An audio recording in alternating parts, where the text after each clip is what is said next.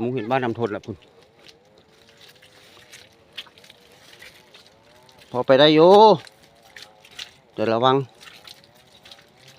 มัดระวังมัดระวังพุ่น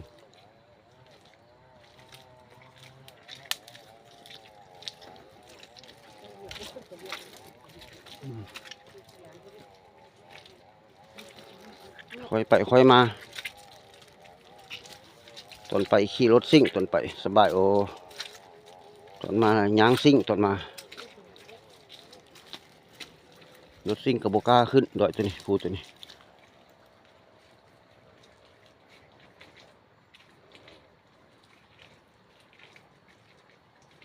สู้เด้อไม่ต้องเด้อสู้เด้อ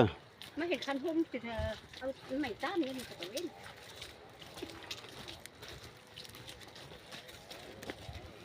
อย่าไปเบิ้งอันเขาแม่หนูเอาไปให้หนู พุ่นโอ้น้ำเงิมน้ำเงิมน้ำยางพุ่นอันนั้นบ้านน้ำทนน่ะบ้านน้ำทนอันนี้แม่น้ำเงิมพุ่นทงนาลุงนวลเนี่ยทงนาลุงนวลทีมองเห็นใกล้ๆนี่น้ำเงิมอันนี้น้ำเงิมกับขุ่น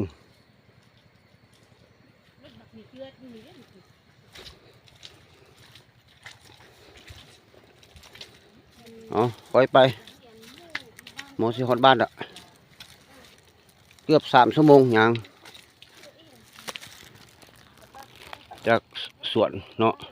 จากสวนจากไหมาหาบ้านน้ำทนนี่เกือบ3 ชั่วโมงเลยกันถ้าฝนบุตกทางธรรมดาผมบุตกบุเปื้อนก็2 ชั่วโมงยังเนาะยังซาๆนี่แหละเฉลี่ยก็ชั่วโมงหนึ่ง4 กิโลเมตรยังสาสุดเลยตามเฉลี่ยเนาะคนยังกันเฮายังก็เกิดนั้น5 กิโล 6 กิโลต่อชั่วโมงเฮายังเลียนยังหัวไปนี่เพิ่นเฉลี่ยแม่นชั่วโมงหนึ่งได้4 กิโลเมตรโอ้ผาบ้านน้ำทนงามผาบ้านน้ำทนสวยงามขนาดเส้นทางขึ้นภูขึ้นดอย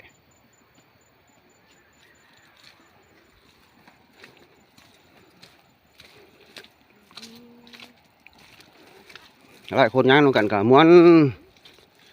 ย่างไปภูย่างไปย่างมากับม้วนอยู่ทั้งม้วนทั้งเมื่อยไปลงกันละ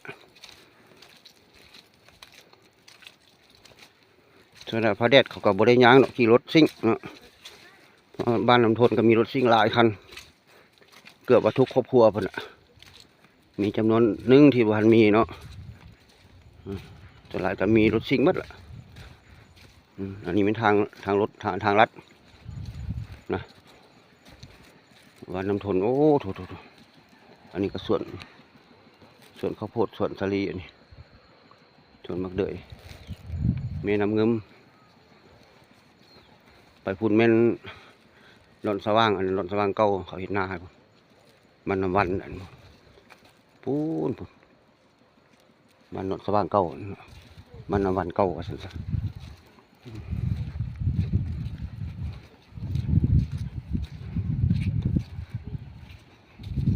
น้ำเงิมก็คุณ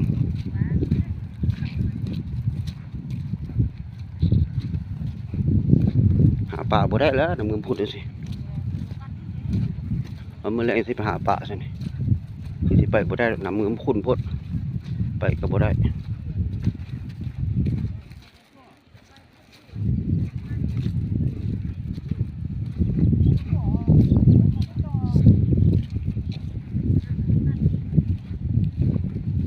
โอ้เบิ่งภาพก่อนงามต้นยางพาราหมอบ้านลงทนต้นยางพาราให้เข้าหรือว่าสวนเข้าสวนมักเดยสวนมักเดยสวนข้าวโพดงามอ๋อภาพนี้เนาะงามอะไรเอาคลิปนี้เอาเท่านี้ก่อนเด้อ